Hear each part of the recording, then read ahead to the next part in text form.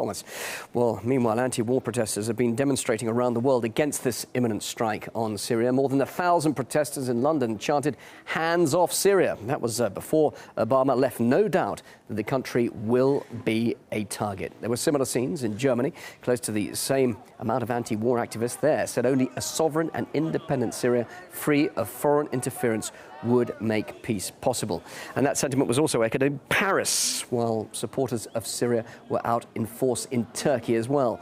Well, Pepe Escobar is an Asia Times roving correspondent who's covered the Syrian conflict since it began almost 2.5 years ago. Joins us live now to talk about Obama's announcement. Pepe, a lot of world reaction from people who are against it. Even the Reuters poll we've been following here on RT says many Americans are against any intervention. Obama yesterday had made no final decision. So why do you think today he suddenly said, yes, he's going to go ahead? It's his Hail Mary pass. In fact, he was thinking in terms of Congress and internal public opinion in the U.S. So now you can say that he is in a win-win situation. Senate is a slam dunk. He's going to win. Congress is more complicated because it's dominated by Republicans. If they say yes, he'll go ahead and become Nobel Prize winner, bomber, President Barack Obama. If Congress says no, he can always say, look, I tried, but they don't want me to bomb anybody. I don't think the U.S. Congress will refuse the opportunity once again to bomb a Middle Eastern country. But this is Obama's roll of the dice. It's not 100% guaranteed, but this is what, in the past few days, he looked at what happened to David Cameron in England and said, okay, I need a Hail Mary pass, and that's it. He says it's going to be limited action. It won't be a full-scale war. What impact, though, would a military strike by the U.S. have on the situation there in Syria now? Well, this is the question that I would say 6 billion people are asking at the moment. What for?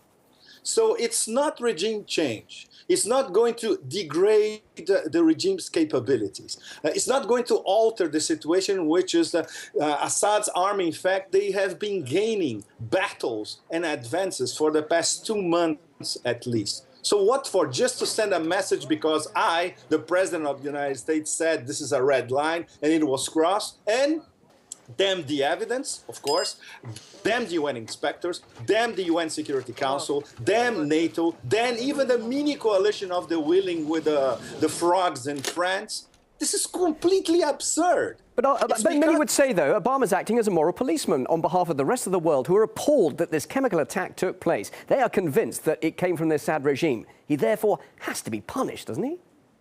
Exactly, because the evidence that they have, this was offered essentially by Benny Gantz, the chief of the IDF, the Israeli Defense Forces, directly to General Martin Dempsey, chairman of the Joint Chiefs of Staff. It was intel basically by the Mossad. It can be extremely compromised. On top of it, the other agenda, we have a triple agenda here. I need to keep talking about this all the time. The Obama administration, Israel, and Saudi Arabia.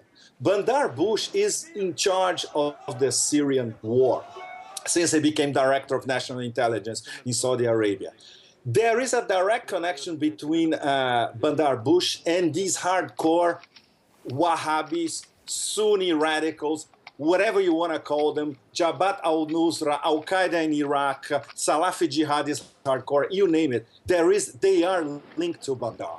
And there is a connection between jihadi cells that were busted in Iraq last month, and one of these guys under interrogation, you can imagine what kind of interrogation, he said, Jabhat al-Nusra in Syria, they're going to get our chemical weapons, our rudimentary chemical weapons. So there's a very strong possibility, which must be analyzed by the UN inspectors, that this was probably a false flag. But you cannot reach these conclusions. Okay, nevertheless, a military strike is imminent by the sounds of things. The reaction from Russia and indeed Iran, what sort of international impact could this have?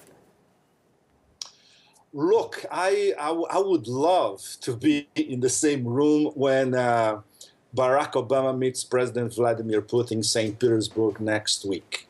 There's not going to be... Well, that could happen with the G20, as you say, but everything could change a lot by then. But yeah, tell us more about your feelings about that possible meeting.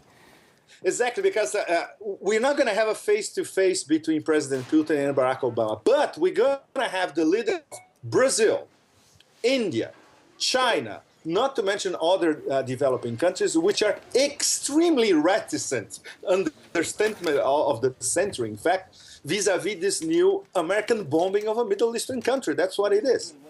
So I want the G20. It's completely derailed by now.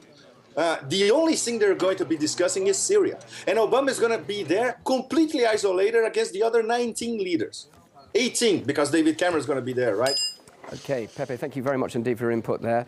Pepe Escobar, roving correspondent for the Age of Times, live here on RT.